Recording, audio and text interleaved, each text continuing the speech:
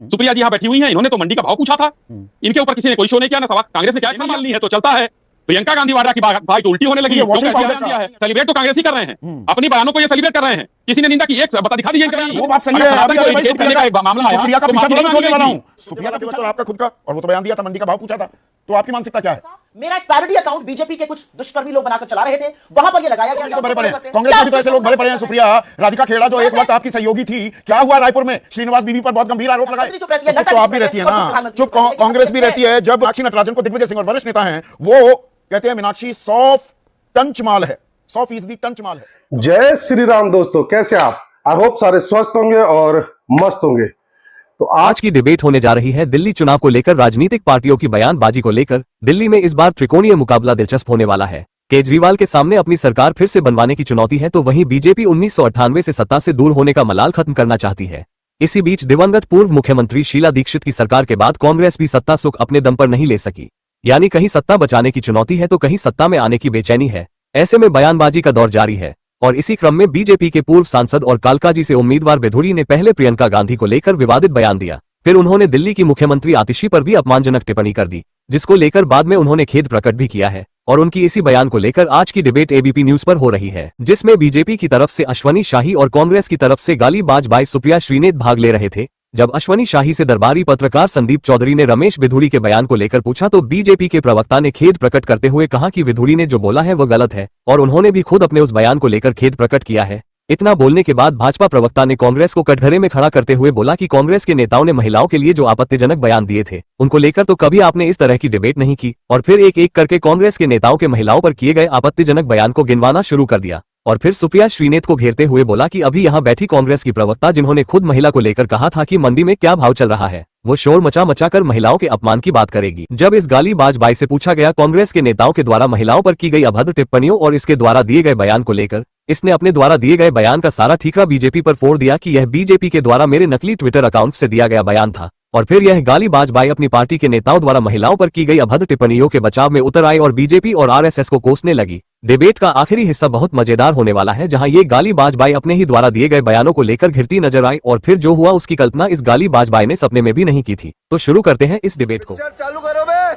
अश्वनी शाही, पहले गाल की बात आती है, खेद भी जता लिया जाता है, फिर बात बाप तक आ जाती है, मारलीना से सिंह हो गई।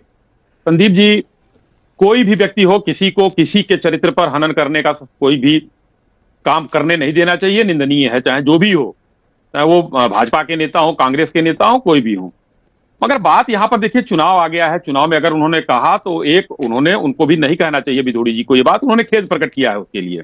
नहीं, उसके बाद खेद के बाद बाप तक ले आए, मार लेना से सिंह नाम बाप बदल दिया, मुख्यमंत्री के बारे में कह रहे हैं। थोड़ा सा सुन लीजिए संदीप जी, थोड़ा मतलब एक आध मिनट का धैर्य दीजिए, बाकी तो हम आपको सुन रहे हैं और सबको सुनेंगे। लेकिन उसमें मैंने कहा खेद उन्होंने व्यक्त किया है और नहीं कहना चाहिए, मैं किसी के लिए कह रहा हूं। मगर आपने कई नाम लिए, उसमें एक सुरजेवाला जी, अभी चुनाव बीता है, उन्होंने क्या कहा था कि एमपी एमएलए लोग बनाते हैं, वो हेमा मालिनी का गाल नहीं जो चाटने के लिए बनाया जाता है। उस समय किसी को प्रतिक्रिया नहीं आई। सुप्रिया जी यहाँ बैठी हुई हैं, इन्होंने तो मंडी का भाव पूछा था, इनके ऊपर किसी ने कोई शो नहीं किया ना सवाल। कांग्रेस ने क्या एक्शन लिया, ये सवाल क्यों उठा रहे हैं? पवन खेड़ा जी ने, माननीय प्रधानमंत्री जी जब वो ड्राइविंग कर रहे थे तो उन्होंने कहा कालीन भैया, और उन्होंने भी आज सवाल उठाया है। गुलाब राय मंत्री महाराष्ट्र, आपने कई नाम गिनाए, मैं नाम नहीं लूंगा, नामों में समय जाएगा। मगर ये लोग कहां से चले आते हैं? कितने विचारवान ये लोग हैं कि अपने कह जाते हैं बातों को और दूसरा कोई कहता है तो खड़े हो जाते हैं, क्योंकि हेमा मालिनी है तो चलता है, प्रियंका गांधी वाड्रा की बात तो उल्टी होने लगी। वॉशिंग पाउडर का नहीं, अश्विनी भाई आपने बहुत सही बात कही, मजम्मत भी की, निंदा भी की, बयान की, दूसरे का आईना भी दिखाया, कोई बिल्कुल सही किया आपने। पर मानसिकता क्या है? मैं उधर तो खेद भी नहीं था संदीप भैया, हाँ संदीप भैया, उधर से तो खेद भी नहीं था कहीं। वो बात सही है। मामला आया, सुप्रिया का पीछा थोड़ा मैं छोड़ने वाला हूँ, सुप्रिया का पीछा नहीं छोड़ूंगा, पर आपका भी नहीं छोड़ूंगा ना। मैं ये कह रहा हूँ कि ये एकदम जरूरी है। आपका काम यह है, आप हमसे सवाल पूछेंगे, हम जवाब देने के लिए बैठे हैं। मैं कह रहा हूं कि जब सनातन को एरिडिकेट करने का मामला आया तो खेद नहीं प्रकट किया गया। जब सुरजेवाला साहब ने बोला अभी हरियाणा चुनाव में हेमा मालिनी का गाल है, चाटने के लिए नहीं बना है, तो वो उसके लिए खेद नहीं किसी ने प्रकट किया। सुप्रिया जी ने अगर मंडी का भाव पूछा तो खेद नहीं प्रकट किया, और यहाँ पर बैठकर अभी इनके 4 शब्द निकलेंगे, बड़े बेशर्म हैं, शर्म नहीं आती है। भाई हमको कहाँ इन लोगों को शर्म आ जाए तो जरा बता दें हमको। एक मिनट, एक हमारी प्रवक्ता राधिका खेड़ा के साथ क्या हुआ था, क्या हुआ वहां छत्तीसगढ़ में, क्या कार्रवाई हुई, वो बीबी श्रीनिवास के जो वहां पर जो अंकिता दत्ता थी उनके साथ क्या हुआ, उनको क्या सजा मिली, इरफान अंसारी मंत्री थे उनको क्या सजा मिली, पीपी शर्मा मंत्री थे क्या सजा मिली, कोई कुछ मिला, कुछ मिला तो बताइए ना। वहां तो पूछूंगा ही, पर आप क्या कर रहे हैं? ये तो कांग्रेस को करना चाहिए ना कि पहले हम तो खेद प्रकट कर रहे हैं, हमने तो कहा कि हम खेद प्रकट कर रहे हैं, हमने उधर से तो वो भी नहीं हुआ, सुप्रिया श्रीनेत, अश्विनी शाही आपको आईना दिखा रहे हैं। आप अभी महिला सम्मान की बात कर रहे हैं, मानस की, विचार की बात कर रहे हैं, तो सुरजेवाला के वक्त और आपका खुद का, और वो तो बयान दिया था, मंडी का भाव पूछा था, तो आपकी मानसिकता क्या है? नहीं, और सबसे पहले मैं इसका स्पष्टीकरण इसलिए देना पसंद करूंगी क्योंकि इनको इनकी मीडिया सेल ने खर्रा दे दिया और उससे ये झूठ बोल रहे हैं। इन्होंने मेरा 2 बार नाम लिया और आप भी गलत बात कह रहे हैं। पहले मैं उसका खंडन और स्पष्टीकरण दे देती हूं, उसके बाद आगे की बात करूंगी। मेरे ट्विटर अकाउंट से ऐसा कुछ भी ट्वीट नहीं हुआ था। मेरा एक पैरोडी अकाउंट बीजेपी के कुछ दुष्कर्मी लोग बनाकर चला रहे थे, वहां पर यह लगाया गया था। जो व्यक्ति मेरा ट्विटर से कॉपी करके कभी कभी मेरे फेसबुक या इंस्टा पे डाल देता था, उसने मेरा पैरोडी जो हूबहू था, जिसके बारे में मुझे नहीं पता था, उसको होली वाले दिन लगा कि वो चीज मैंने ट्वीट करी है और उसने कॉपी करके डाल दी। जैसे ही मुझे पता चला, मैंने सबसे पहले वीडियो करके ना सिर्फ खेद व्यक्त किया, मैंने ट्विटर को लिखा कि यह पैरोडी अकाउंट डिलीट किया जाए, मैंने इंस्टा को लिखा कि इस चीज को डिलीट किया जाए, पता लगाया जाए किसने किया, क्योंकि 4-5 लोगों का मेरे अकाउंट पर एक्सेस था। और जब यह मामला इलेक्शन कमीशन भी गया और दिल्ली पुलिस के पास भी गया, तो दूध का दूध और पानी का पानी हो गया कि ये मैंने नहीं किया था, क्योंकि मैं ट्विटर फर्स्ट हूं, मैं हर चीज ट्विटर पे करती हूं। उनको पता चल गया जिस आईडी से हुआ था वो झांसी का था, जहां से हुआ था लोकेशन, मैं उस दिन लखनऊ में थी। तो ये पहला स्पष्टीकरण बीजेपी मेरे बारे में। और मैं यहां पर एक सेकंड सुप्रिया, मैं यहां पर एक और चीज, छुट्टी, लेकिन आपने अपनी सफाई दे दी, और रणदीप सुरजेवाला का क्या? बिल्कुल, क्योंकि मेरी अपनी सफाई देनी जरूरी थी। बीजेपी मेरे बारे में झूठ फैलाती। मैं पहले बता दूं, महिला सम्मान पर इन लोगों की तरह मैं ये नहीं कहूंगी आपने ये किया हमने ये किया, ये तेरे मेरे की राजनीति नहीं है। महिला सम्मान पर एक मुश्त हम लोगों को बोलना पड़ेगा। अगर किसी से स्लिप ऑफ टंग हुआ वो गलत हुआ। रणदीप जी ने ये नहीं कहा था, जो ये कोट कर रहे हैं, रणदीप जी ने कहा था मैं कौन सा हेमा मालिनी हूं जो ऐसा करेंगे, और उन्होंने तुरंत कहा मुझसे गलती हुई, उनको रेप्रिमांड भी करा इलेक्शन कमीशन ने, और उसका हुआ। मैं इनसे पूछना चाहती हूं, और मैं बहुत ही विनम्रता से एक बात पूछना चाहती हूं। आप एक चुनी हुई सांसद के गालों की बात कर रहे हैं, अगर इसमें कोई आपत्ति नहीं तो क्या आप अपनी बेटी के गाल की बात करिएगा, आप अपने बहन की गाल की बात करिएगा, आप अपनी पत्नी की, अपनी मां की गाल की बात करिएगा? आप नहीं करिएगा। और उसमें भी कह रहे हैं अगर किसी को दुख हुआ, वो किसी की पत्नी, वो किसी की बेटी, वो किसी की बहन, वो किसी की मां नहीं है। लेकिन यही असली मानसिकता, और मुझे आप 30 सेकंड का टाइम दीजिए, क्योंकि मैं ये बोलना चाहती हूं।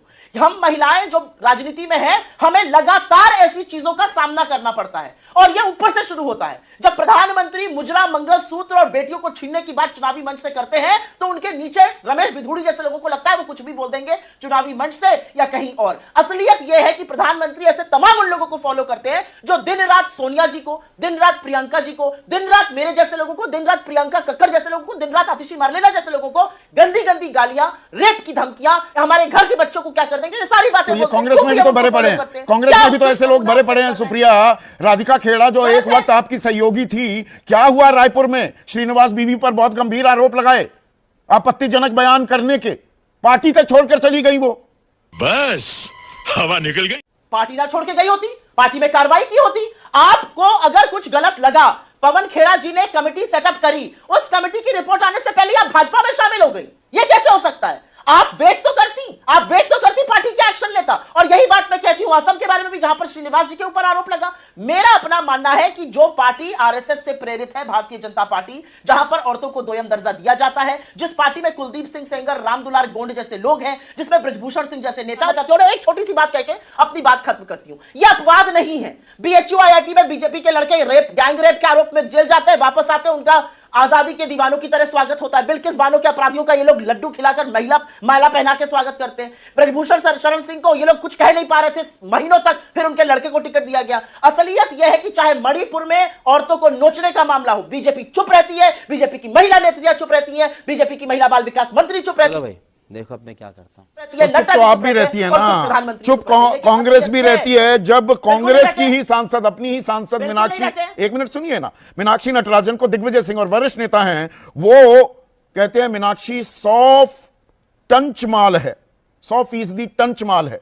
कवासी लखमा आपके नेता हैं, वो कह रहे हैं 15 साल पहले यहां कोई सड़क नहीं थी, ये सड़कें बिल्कुल हेमा मालिनी के गालों की तरह हैं। राजेंद्र सिंह गुड़ा आप ही के नेता कहते हैं हेमा मालिनी तो अब बूढ़ी हो गई, सड़कें कटरीना कैफ के गालों जैसी बननी चाहिए। मैं ये आपके दरअसल सामने ये सोच बोलने की है। हिम्मत रखती हूं, मैं आपके सामने ये बोलने की हिम्मत रखती हूं कि इन सब लोगों के बयान की मैं भूरी भूरी निंदा करती हूं। ये निंदनीय बयान है और ऐसे लोगों को ये बयान बहुत सोच समझकर नपे तुले शब्दों में महिलाओं के बारे में बात करनी चाहिए। मैं आपके सामने ये बात करने को तैयार हूं। मुझे ऐसा लगता है कि ऐसे लोगों को राजनीतिक में होने से महिलाओं का सम्मान करना चाहिए, महिलाओं के लिए नपे तुले शब्दों में बात करनी चाहिए। क्या बीजेपी ये बोल सकती है? क्या प्रधानमंत्री या कोई नेत्री बोल सकती है? मैं उस पार्टी से आती हूं संदीप जी जहां पर राहुल गांधी को क्या क्या नहीं कहा गया, स्मृति ईरानी ने क्या क्या जहर नहीं उगला, स्मृति ईरानी ने सोनिया जी का कितना अपमान उस सदन में किया था जहां पर वो 5 बार की चुनी हुई सांसद थी। और उसके बावजूद जब स्मृति ईरानी हारी और जब उनको ट्रोल तंज कस रहे थे, परेशान कर रहे थे, गंदी बातें कर रहे थे, राहुल गांधी ने सामने आकर कहा था एक हार और जीत लगी रहती है, एक महिला के खिलाफ इस तरह की बातें नहीं होनी चाहिए। और उसके बाद उस तरह की बातें होनी बंद हो गई। पर होती ये बंद होती नहीं दिख रही है ना। और ताली क्या दरअसल एक हाथ से